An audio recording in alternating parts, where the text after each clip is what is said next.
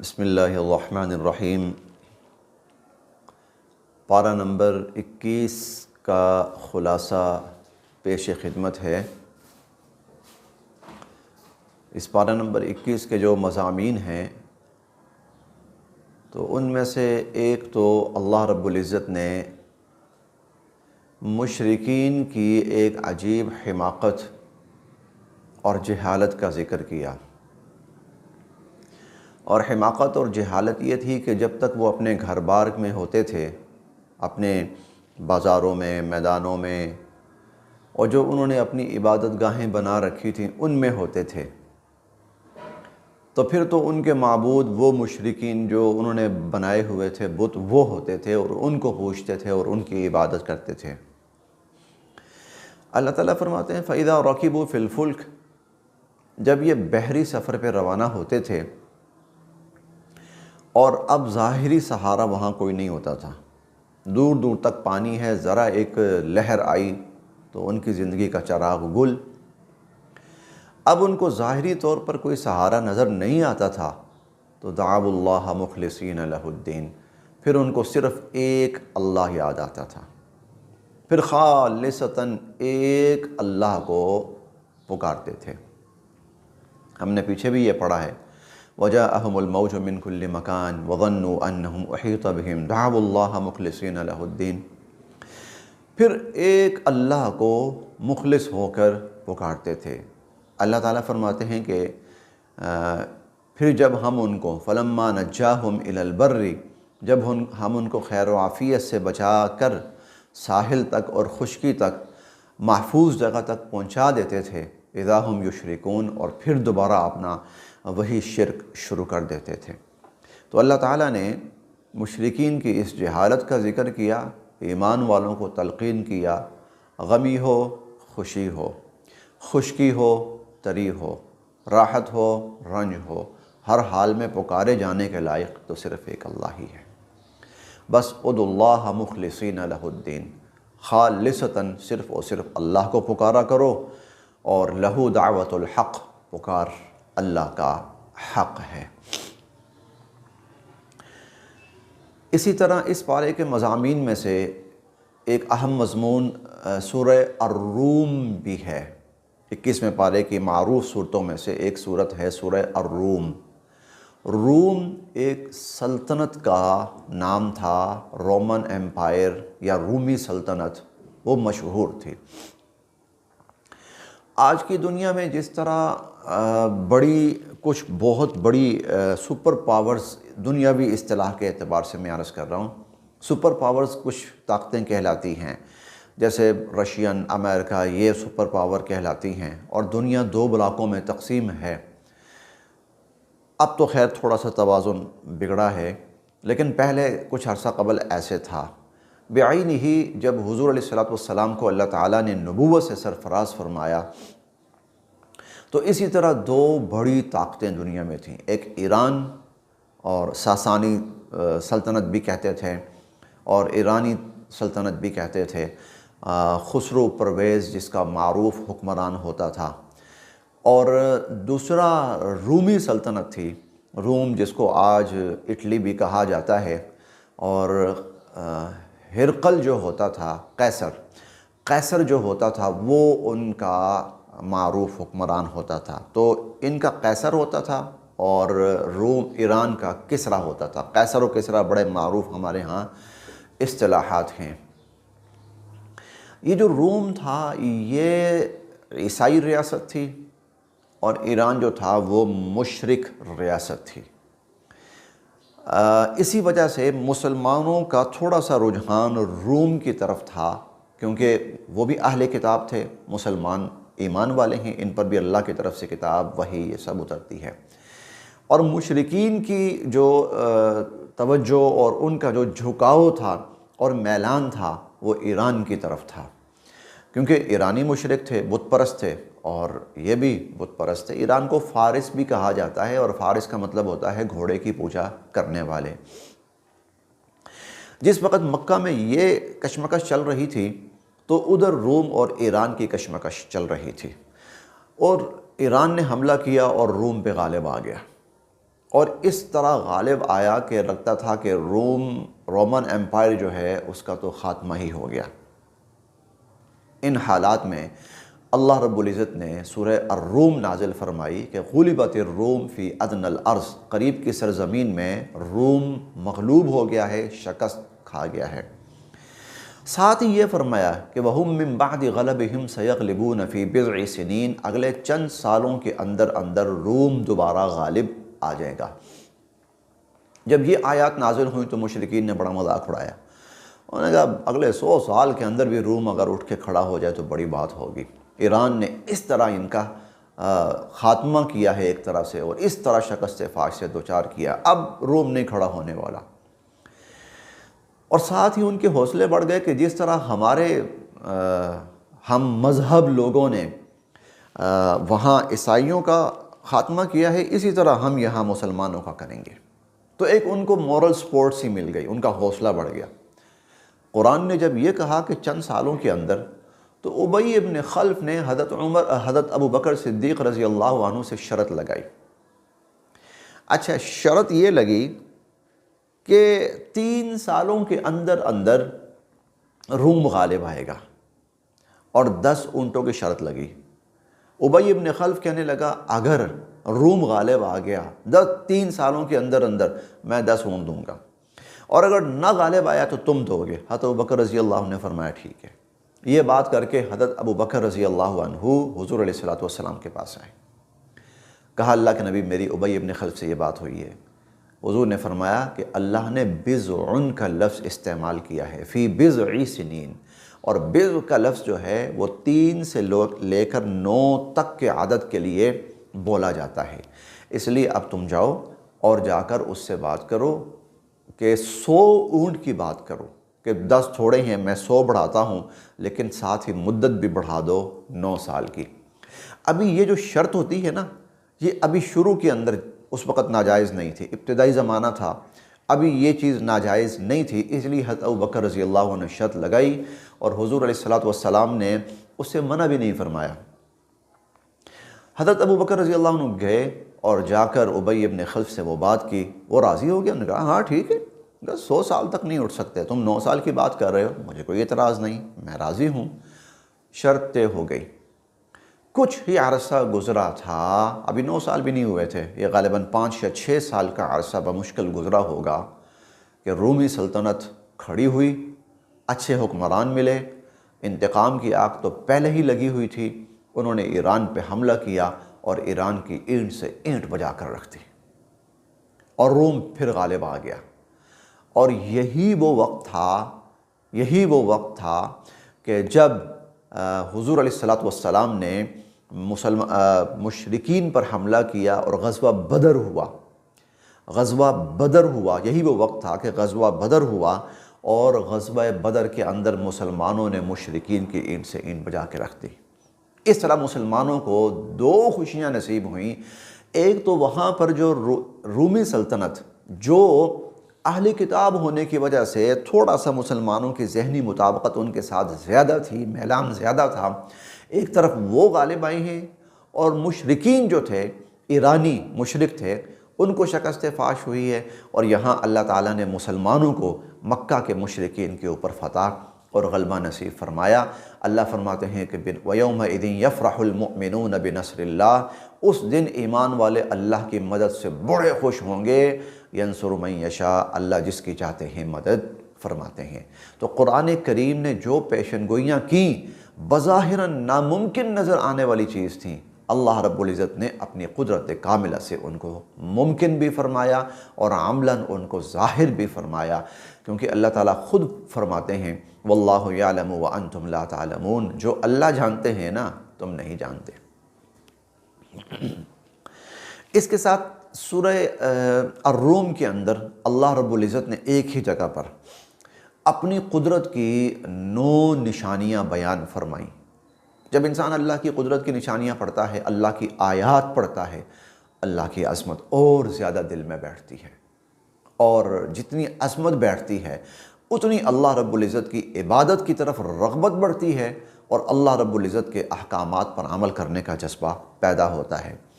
تو تو مختصراً میں وہ 9 نشانیاں آپ کے سامنے بیان کرتا ہوں کہ وہ صرف اور صرف اللہ کی ذات ہے جو کر سکتی ہے۔ اللہ تعالیٰ فرماتے ہیں کہ وَمِنْ آیَاتِهِ أَنْ خَلَقَ لَكُم مِّنْ أَنفُسِكُمْ أَزْوَاجًا، اللہ تعالیٰ نے انسان ہی سے اس کے جوڑے بنائے۔ انسان سے انسان پیدا ہوتا ہے، انسان سے مرد بھی پیدا ہوتا ہے، انسان سے عورت بھی پیدا ہوتی ہے، لِتَسْكُنُوا إِلَيْهَا، اور پھر اللہ تعالیٰ نے نہ صرف یہ کہ پیدا فرمایا ہے بلکہ اللہ رب العزت نے انسانوں کا سکون مرد اور عورت ایک دوسرے کے ساتھ رکھ دیا ہے، اور نکاح کی صورت میں انسان وہ سکون حاصل کرتا ہے۔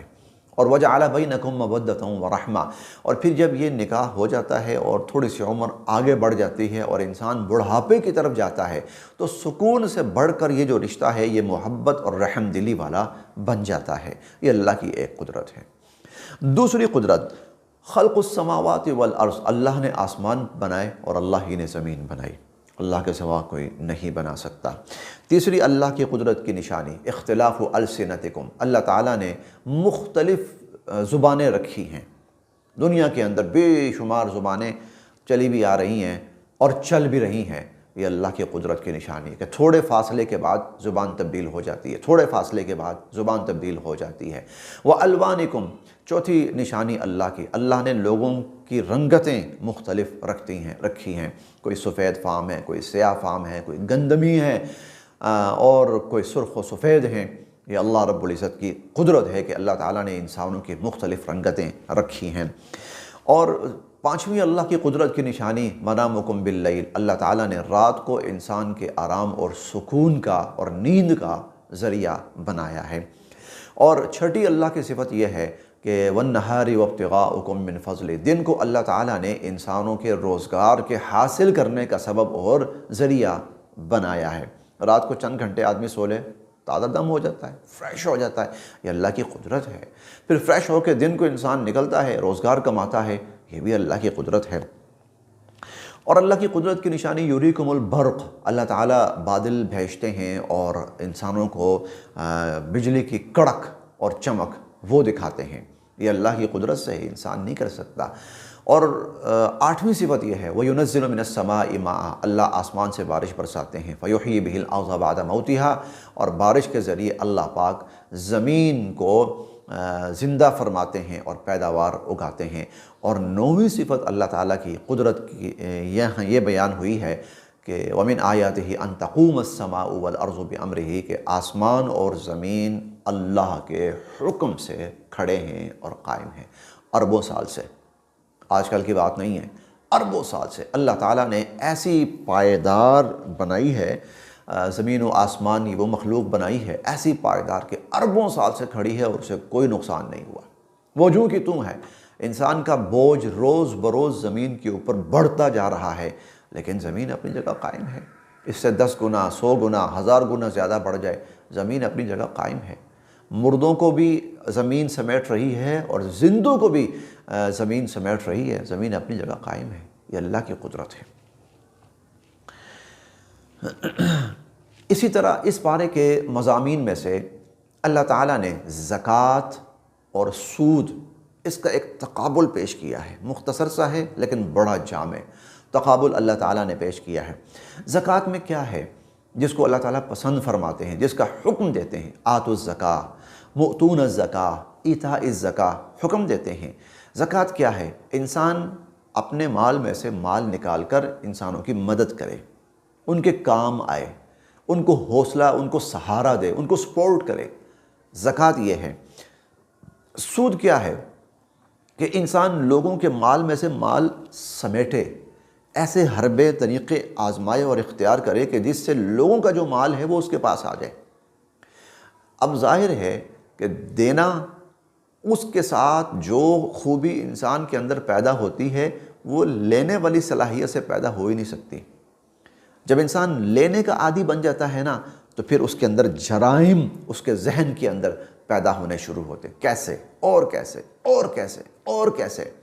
پھر یہ جرائم جب معاشرے کے اندر پھیلتے ہیں تو پھر معاشرے کے اندر وہ انتشار پھیلتا ہے جو ہمیں نظر آتا ہے۔ اور زکوٰۃ سے کیا ہے؟ رحم دلی پیدا ہوتی ہے، نرم دلی پیدا ہوتی ہے۔ انسان کی کوشش ہوتی ہے کہ میں لوگوں کے مسائل کو حل کرنے کا سبب بنوں، نہ یہ کہ مسائل کے بڑھانے اور پیدا کرنے کا سبب بنوں۔ تو اللہ تعالیٰ فرماتے ہیں وما آتیتم من زکاۃ تریدون وجہ اللہ فاولئک هم المضعفون، جب تم زکوٰۃ دیتے ہو نا اللہ کی رضا کے لیے، تو زکوٰۃ سے کیا ہے، تمہارا مال کم نہیں ہوتا بلکہ زکوٰۃ سے تو تمہارا مال بڑھ جاتا ہے۔ مضعفون، یہ بڑھتا چلا جاتا ہے، زکوٰۃ سے مال بڑھتا، کم نہیں ہوتا۔ حضور علیہ الصلوۃ والسلام کا ایک فرمان ہے جس پر حضور نے قسم کھائی، آپ نے فرمایا کہ ما نقصت صدقۃ من مال، میں قسم کھا کے کہتا ہوں کہ صدقہ دینے سے مال کم ہوتا ہی نہیں ہے۔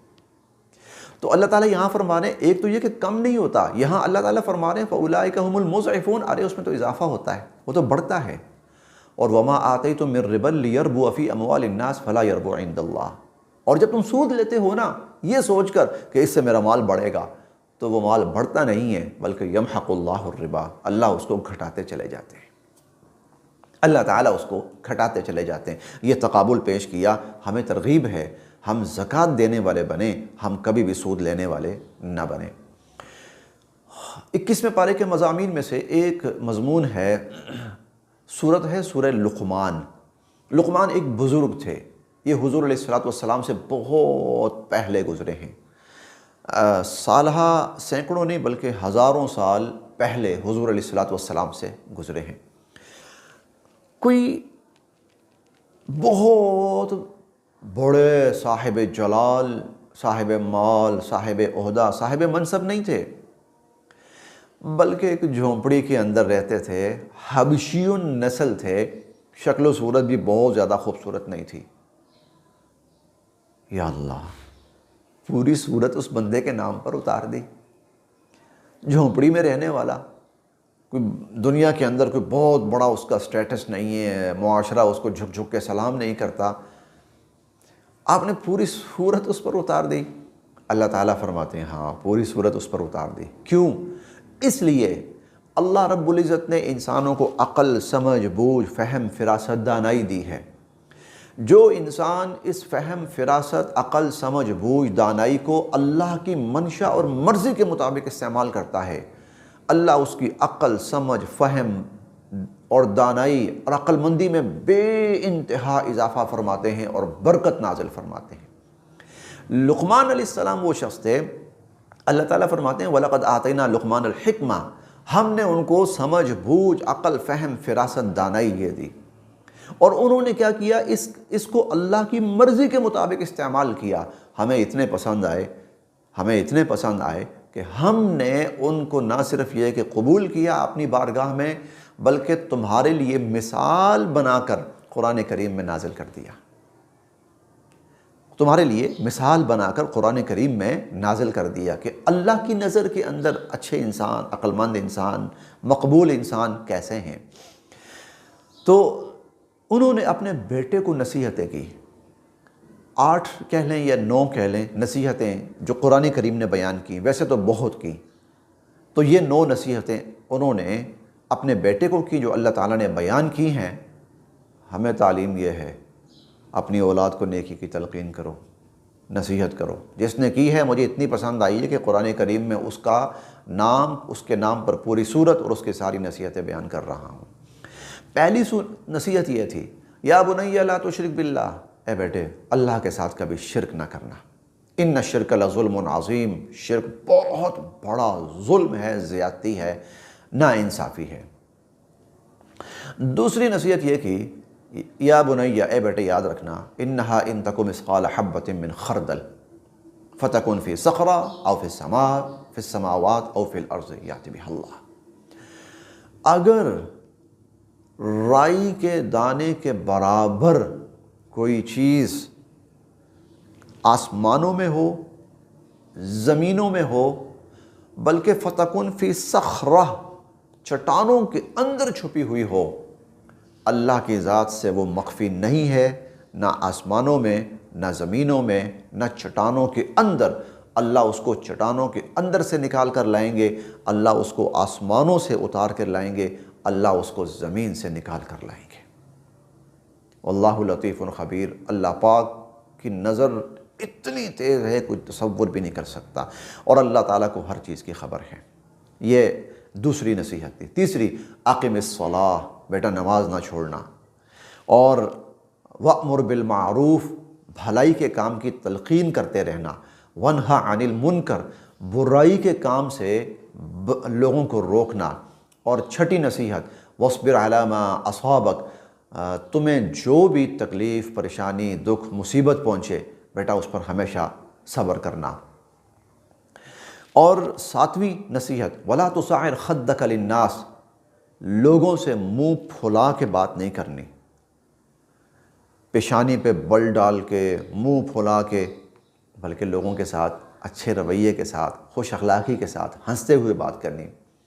وَلَا تَمْشِ فِي الْأَرْضِ مَرَحًا 8ویں نصیحت بیٹا زمین میں اکڑ کے نہیں چلنا، إِنَّكَ لَن تَخْرِقَ الْأَرْضَ وَلَن تَبْلُغَ الْجِبَالَ طُولًا اکڑ کے چلنے سے اے انسان نہ تو زمین پھاڑ سکتا ہے اور نہ ہی پہاڑوں سے تیرا سر اونچا ہو سکتا ہے، رہے گا تو وہی 5-5.5 فٹ کا ہی۔ اور 9ویں جو نصیحت انہوں نے اپنے بیٹے کو کی وہ یہ تھی کہ وَغْضُضْ مِن صَوْتِكَ بیٹا جب بھی بات کرو آہستہ آواز سے بات کرنی ہے، چیخ چیخ کر بات نہیں کرنی۔ کیوں؟ إِنَّ أَنْكَرَ الْأَصْوَاتِ لَصَوْتُ الْحَمِيرِ کیونکہ بدترین آوازوں میں سے جو بدترین آواز ہے نا وہ گدھے کی آواز ہے، جو اللہ کو انتہائی ناپسند ہے۔ کیوں؟ وہ چیخ چیخ کر وہ ہنہناتا ہے یا چلاتا ہے، اللہ کو یہ پسند نہیں ہے، آواز پستہ رکھو۔ یہ 9 نصیحتیں حضرت لقمان نے اپنے بیٹے کو فرمائیں۔ یہی نصیحتیں ہم نے یاد رکھنی ہیں، یہی نصیحتیں ہم نے اپنی اولادوں کو کرتے رہنا ہے، کرنا نہیں ہے کرتے رہنا ہے۔ نماز میں کمی ہو اور ان کو یہ کہ نیکی پر خود بھی وہ قائم رہیں اور دوسروں کو بھی نیکی کی طرف لانے کی تلقین کریں، برائی سے خود بھی بچیں اور دوسروں کو بھی برائی سے بچانے کی تلقین کریں۔ اسلام وہ مذہب نہیں ہے بھائی ہر کسی کا اپنا دین ہے جو مرضی کرے، نہیں بھائی۔ اللہ تعالیٰ ہمیں جہاں اس چیز کا حکم دیتے ہیں کہ خود نیک کام کرو، اللہ ہمیں یہ بھی حکم دیتے ہیں کہ دوسروں کو نیکی کی تلقین کرو۔ وَأْمُرْ بِالْمَعْرُوفِ وَانْهَ عَنِ الْمُنْكَرِ يَأْمُرُونَ بِالْمَعْرُوفِ وَيَنْهَوْنَ عَنِ الْمُنْكَرِ اور نیکی کی تلقین کرنا اور برائی سے روکنا یہ ایمان والوں کی صفات میں سے بڑی صفت ہے۔ بات کرنی ہے گھروں کے اندر چیخ چیخ کر نہیں، اپنے بچوں کو یہ تلقین کرنی ہے بیٹا آہستہ آواز سے، خود بھی اور ان کو بھی تلقین کرنی ہے۔ انسانیت میں سے جس سے بھی بات کرنی ہے خوش اخلاقی کے ساتھ، مسکراہٹ کے ساتھ، منہ پھلا کر، چہرے پہ 12 بجا کر کسی سے بات نہیں کرنی، اللہ کو یہ پسند نہیں ہے۔ 30ویں پارے میں سورہ عبس میں اس کی تھوڑی سی اور تفصیل ہم انشاءاللہ پڑھیں گے۔ اور اسی طرح اکڑ کے چلنا اللہ کو پسند نہیں ہے۔ آج کل یہ جو ہمیں ایک شیطانی راستہ دکھا دیا گیا ہے نا، ایٹیچیوڈ اور سٹائل، یہ وہ چیز ہے جس کو نبیوں نے اور اللہ کے ولیوں نے اور اللہ کے نیک بندوں نے اپنی اولادوں کو تلقین کی ہے کہ خبردار یہ اکڑ اکڑ کر نہیں چلنا، یہ ایٹیچیوڈ دکھانا، یہ سٹائل دکھانا یہ اللہ کو قطعاً پسند نہیں ہے۔ مضامین تو یقیناً بہت زیادہ ہیں، اختصار کے پیش نظر اسی پر اکتفا کیا جاتا ہے۔ اللہ تعالی ہم سب کے لیے عمل کی راہیں آسان فرمائے۔